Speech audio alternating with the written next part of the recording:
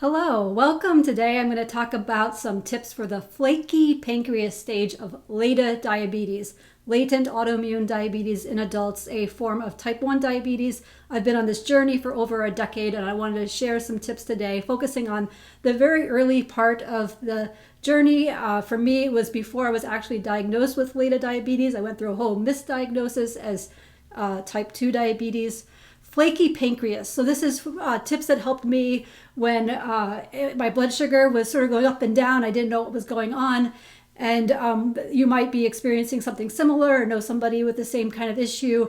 And this is what sort of helped me feel better, and some tips that I would give to anybody who is in this part of the LADA diabetes journey. This is before you need insulin for the most part, although I'm sure some of these tips would definitely still help if you need insulin.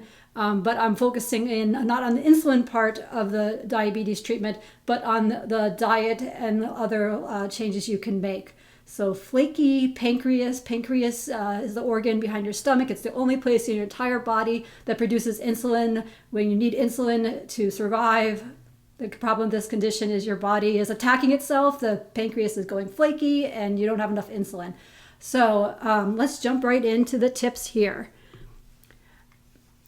Tip number one, between meal snacking. So what can happen sometimes is some people get this hyporeactive glycemia a few hours after eating a meal. They might get their blood sugar crashing. So what I did when I was having this problem is I would have a small snack between meals, and the snack ideally would be a combination of like a protein and a small amount of carbohydrate. So like a protein bar was very useful. So if you can carry a snack on you and eat something before your blood sugar crashes, or just have 6 small meals a day instead of 3 large ones, that can be another way to deal with this, to try to smooth out the blood sugar fluctuations throughout the course of the day.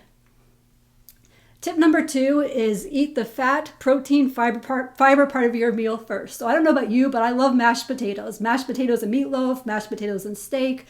Mashed potatoes is a fast-acting carbohydrate, so it can make blood sugar go up pretty fast. However, when I have a meal like what's pictured here, some steak and mashed potatoes and some vegetables, I try to eat the meat and the vegetable part first, because that will slow the absorption of the whole entire meal, and that will make the impact of the carbohydrate slower, so it makes my blood sugar more stable. In this case, I have quite a bit of sour cream on my potato, and the sour cream has a lot of fat, which will also slow down the meal. Probably I got a little bit too much sour cream for a healthful meal. But the general principle is if you are eating vegetables, if you're eating protein, but also carbohydrates like potatoes or rice, or bread, that you would, if you eat the meat or protein, the protein or the fat part of your diet, the part that has fiber like the salad first, that will help the entire meal get absorbed more slowly, which is helpful when you have a pancreas that's being flaky. So that flaky pancreas is really annoying, right? So tip number 3 is that you should test your blood sugar frequently. The LADA diabetes is a journey. So a lot of people, when they first get LADA diabetes, they may not need insulin right away, or maybe only need a little bit of insulin. And then over time, the body usually stops making insulin, and then you need more insulin. So everybody is unique in how long this takes. And it's my opinion that you should not wait until your next appointment, that you should keep tabs on your blood sugar at home. So you can do this with, there's like 3 different major ways here. You can use a blood glucose meter, which is the cheapest way. You can buy a blood glucose meter at the pharmacy. You can test your blood sugar every day in the morning. If you keep track of it, you should be able to see an increase in blood sugar if anything's if anything's changing, and then you can tell your doctor, hey, wait a minute, things are not the same as they were, and see your doctor then, rather than waiting until your next appointment. So blood glucose meter. The other choice is an A1C test kit. You can get your A1C tested at home. This gives you a reading that is like your average blood glucose over the last 3 months. So if you test your blood sugar, if you do the A1C test at home every 3 months, then you can keep track of that number, and that will show you if you're staying the same or if you're trending up or down, and if whether your diabetes is getting worse or not. And it's no judgment. It's no judgment if the number is getting worse. It's just telling you that your body is changing and you might need different treatment. And then the third way is a CGM, a continuous glucose monitor. And this was very, very insightful when I first got a CGM, and I still use the CGM. The CGM is super helpful, gives you so much more information because it shows you a graph over time. So blood glucose does not stay steady at all. It goes up and down quite frequently. And it will show you the trend line. Is it going up or down fast or just sort of a little bit? It gives you more information than a blood glucose test. The only gotcha with a CGM is that it does cost more, but that's basically it. So if you can afford a CGM, that will give you the most amount of information. Tip number 4 is that you should keep some low blood glucose remedy on hand. My favorite low blood glucose remedy is these Welch fruit snacks here. You can buy a big box of them at Costco, and they store really well in your pocket. They last a really long time, and they work extremely fast. They work as fast as glucose tablets that you can get, so they can raise your blood sugar immediately. One packet is often more than enough. Sometimes even a half a packet will work to raise my blood sugar. I also like juice boxes. Sometimes you might not want to eat anything, so juice box, you can just drink it.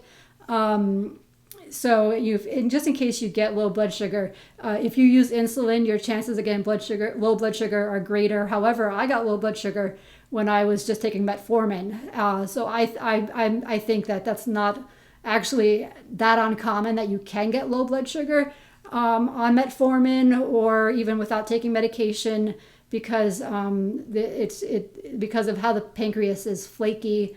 Low blood sugar makes you feel anxious, sweaty, shaky. It feels sort of like a panic attack. If you have a glucose meter, when you get that feeling, test it and see if you have low blood sugar, because it's possible you just have anxiety or panic attack. And then if you're getting low blood sugar and it's a problem, definitely talk to your doctor about it, because it is potentially dangerous if you get really low blood sugar. But if you have something in your pocket at all times, you can raise your blood sugar quickly with something with sugar in it and solve that problem immediately. And then the quicker you solve it, the faster you'll feel better. So, and the safer it is. So keep something on you just in case.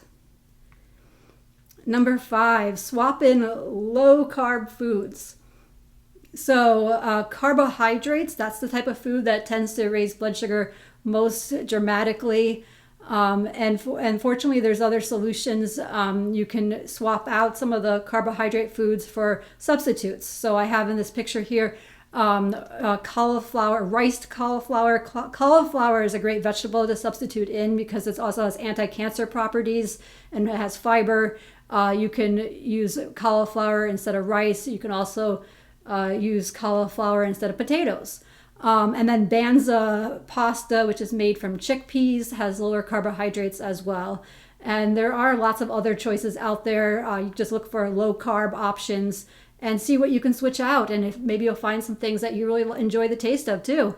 That will help with lower carbs, is less stress on your pancreas that's struggling to produce enough insulin. This is my personal experience. Is I tried a whole bunch of supplements. There's a lot of supplements aimed at people with diabetes. I tried cinnamon. It did not work for me at all. It might work for some people. But the one thing that did work for me was GTF chromium, which is glucose tolerance factor. It seemed to smooth out some of the problems I was having with the ups and downs of my blood sugar fluctuating so much. So from my personal experience, that was a supplement that did help me during this flaky pancreas stage. It is definitely not a substitute for any kind of medication, and definitely talk to your doctor about it. There's also a diabetes health pack that you can buy online that has a bunch of supplements in it, and that also includes chromium as well as minerals and vitamins that are good for general health. I will post some links in the description to some of these products. Yeah, ask your doctor about this and see if it's helpful for you. Okay, salad. If you like salad, turning your dinner into a salad is going to make life a lot easier. A lot of meals can be turned into salads. Like an example is hamburgers. If you serve hamburgers to your family, you don't have to eat the hamburger on a bun. You can always just eat a hamburger in a salad. Cut up the hamburger, put it on a bed of lettuce with some tomatoes and veggies. I love when I eat out to get a salad as the main course. This is a salmon on top of a salad. Salads can have some carbohydrates in them if they have a sweet dressing or some fruit, but in general, it's usually a good option over something that is based with bread or rice or pasta, which is so much carbohydrates. So a lower carb diet will certainly help somebody who is struggling with making enough insulin. Tip number 8 is add a small side salad with some oil and vinegar dressing. Surprisingly, vinegar shows many benefits. It slows the starch breakdown. It helps muscles absorb glucose. It reduces insulin. It leads to steadier glucose levels. I have a great recipe I enjoy making with balsamic vinegar and oil and some mustard in it and honey. I will post that recipe in the video description. Even if you have just a small salad with your meal, as long as you have a vinegar-based dressing that can help give you this benefit of with your blood sugar, that will help you with keeping your blood sugar smoother after a meal. Surprising fact there that it's so good for you. And tip number 9, prefer complex carbs over simple carbs.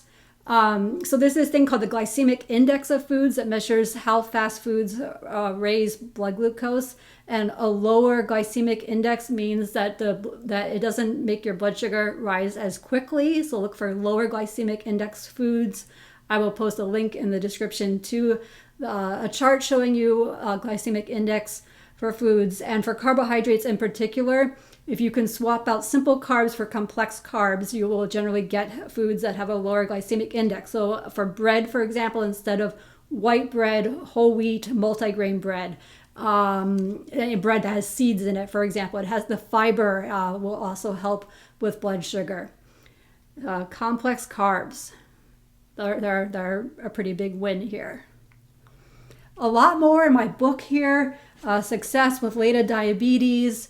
I've got into a lot of detail about my journey. I wrote it thinking about somebody in a similar situation and everything I would tell them, because it can be a really stressful thing to deal with. Ultimately, people with LADA diabetes need insulin usually over time, and there's a lot to learn about insulin.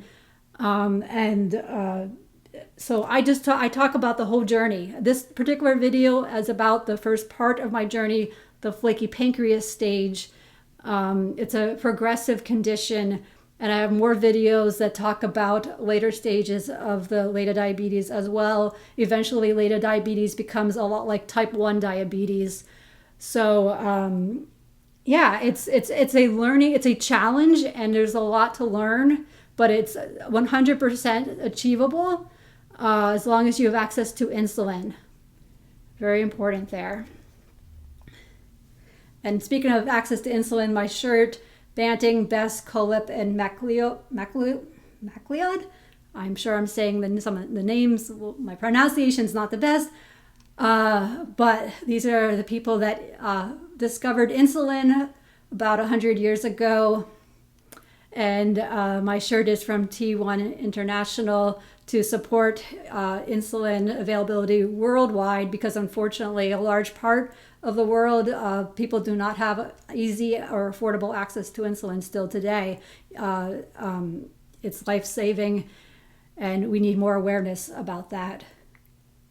And number 10 tip, the last tip, is add mushrooms to your diet. I have a personal bias because I love mushrooms. I love studying mushrooms. I have an article on my blog, Insulin Pump Life, about specifically how do medicinal mushrooms impact your blood sugar. And there's a lot of studies that show very positive effects on a lot of different health conditions, including diabetes. And it's still a thing that's a cutting edge thing being researched. You can get mushroom coffee. Lion's mane mushrooms, also great for your brain. And the more you can do to make your brain sharp, the better decisions you'll make. And everything, starts at your brain. So mushrooms can really help you out there, and they're getting more widespread availability in stores. I was quite surprised by all these different mushrooms I found at my local Safeway. So those are the 10 tips for today. If you're interested in more LADA diabetes tips, please check out my other videos, subscribe, and ring the bell to be alerted. And remember to check out my book, Success with LADA Diabetes. There's also other great books here. The Book of Better, Life with Diabetes Can't Be Perfect, Make It Better. This is a great book, especially if you're curious about insulin pumps. It talks about why you might want to use an insulin pump. It's not as scary as, it's fine to be scared about it. I sure was.